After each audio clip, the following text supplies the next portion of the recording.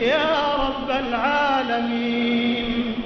اللهم اجعل القرآن العظيم لقلوبنا ضياء، ولأبصارنا جلاء، ولأسقامنا دواء، ولذنوبنا ممحصا، وعن النار مخلصا.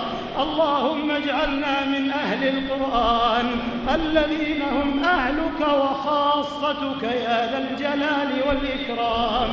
اللهم اجعلنا ممن يقرأ القرآن فيرقى، ولا تجعلنا ممن يقرأ القرآن فيشقى، برحمتك يا أرحم الراحمين. اللهم انفعنا وارفعنا بالقرآن العظيم الذي رفعت مكانه وأيدت سلطانه وبينت برهانه.